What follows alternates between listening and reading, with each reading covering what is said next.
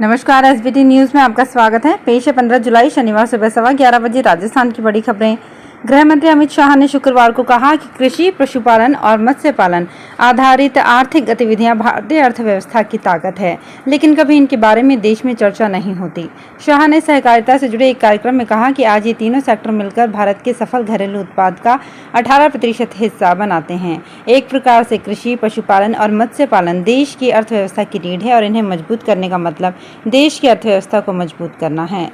दिल्ली के इंदिरा गांधी अंतर्राष्ट्रीय हवाई अड्डे के शुक्रवार को चौथे रनवे और एक एलिवेटेड टैक्सी वे का उद्घाटन हुआ।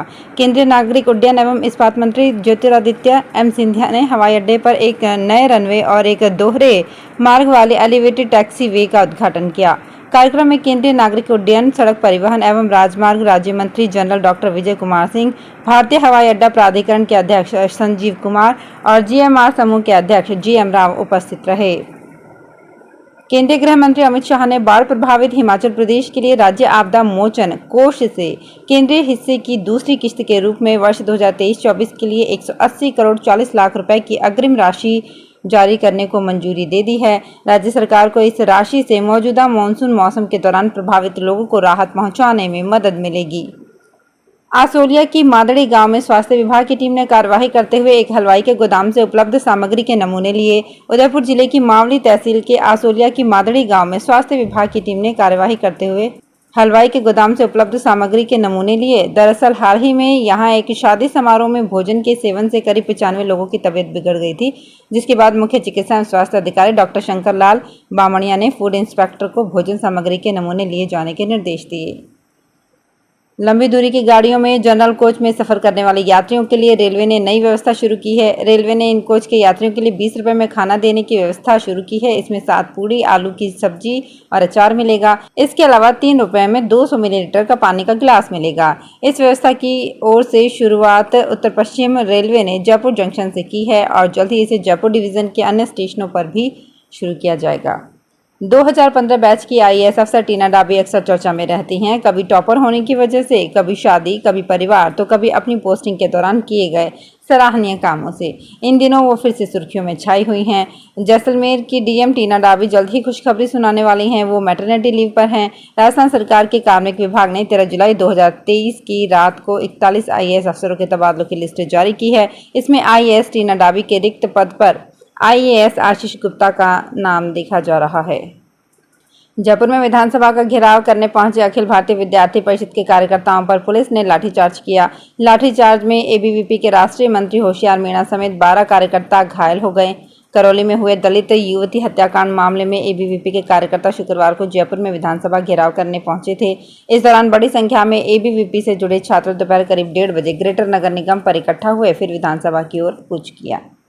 राष्ट्रीय हरित न्यायाधिकरण के न्यायिक सदस्य न्यायमूर्ति सुधीर अग्रवाल ने पर्यावरण को नुकसान पहुंचाने वालों पर लगाए गए जुर्माने को वसूलने में कोताही बरते जाने पर गहरी चिंता व्यक्त की। उन्होंने शुक्रवार को कहा कि इसके जिम्मेदार अफसरान जलवायु परिवर्तन, प्रदूषण आदि मसले की गंभीरता को समझ नहीं रहे हैं। न्यायमूर्ति अग्रवाल ने यहां अपने जीवन वृत्त पर आधारित वीडियो बायोग्राफी मेरी छोटी सी कहानी के विमोचन के मौके पर कहा कि न्यायाधिकरण तो अपना दायित्व बखूबी निभा रहा है और पर्यावरण को नुकसान पहुंचाने वालों पर जुर्माना भी लगा रहा है, लेकिन इसे क्रियान्वित करने वाले अधिकारी अपने दायित्वों का निर्वहन समुचित तरीके से नहीं कर रहे हैं।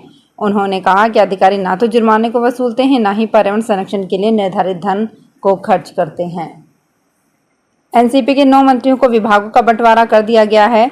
डेप्यूटी सीएम अजित पवार को वित्त और योजना विभाग का मंत्री बनाया गया है। छगन भुजबल को खाद्य और नागरिक आपूर्ति विभाग सौंपा गया है। इसके अलावा धनंजय मुंडे को कृषि, दिलीप वलसे पाटिल को सहकारी, अनिल पाटिल को पुनर्वास और आपदा प्रबंधन, संजय बंसोड़े को खेल और युवा मंत्रालय, अदिति तटकरे को महिला और बाल विकास, धर्मराव अतराम को फूड एंड ड्रग विभाग, हसन मुशरीफ को स्वास्थ्य और चिकित्सा शिक्षा मंत्रालय का जिम्मा सौंपा गया है।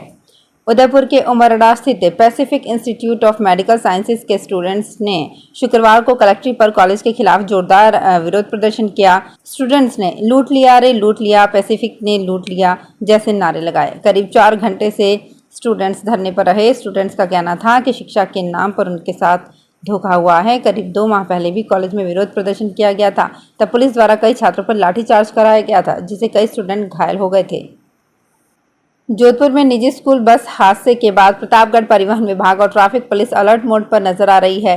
कार्यवाही की भनक लगते ही कई निजी स्कूलों ने अपने कंडम वाहन को इधर उधर कर दिया। परिवहन विभाग ने कार्रवाई करते हुए 24 बाल वाहिनी के ऊपर 84,400 रुपये का जुर्माना लगाकर 2 वाहन को जब्त कर 4 वाहन डिटेन किए। हाल ही में 1 महीने पहले जिला शिक्षा विभाग के अभिभावकों ने स्कूल की खटारा बसों को लेकर शिकायत दर्ज कराई थी, जिसके बाद कुछ निजी विद्यालयों ने इसमें सुधार करते हुए नई बसों को भी लगाया, लेकिन कुछ अभी भी बच्चों की जान जोखिम में डालकर क्षमता से अधिक बसों में बैठाकर ले जा रहे हैं।